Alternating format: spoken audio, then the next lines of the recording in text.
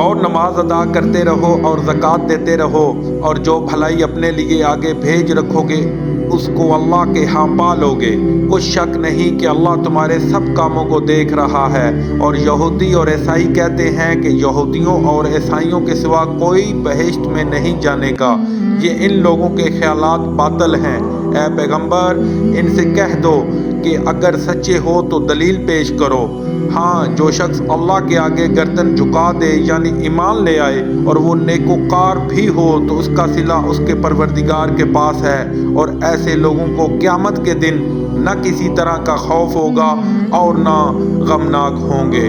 اور یہودی کہتے ہیں کہ عیسائی رستے پر نہیں، اور عیسائی کہتے ہیں کہ یہودی رستے پر نہیں، حالانکہ وہ کتاب الہی پڑھتے ہیں۔ اسی طرح بالکل انہی کی سی بات وہ لوگ کہتے ہیں جو کچھ نہیں جانتے یعنی مشرک۔ تو جس بات میں یہ لوگ اختلاف کر رہے ہیں، اللہ قیامت کے دن اس کا ان میں فیصلہ کر دے گا۔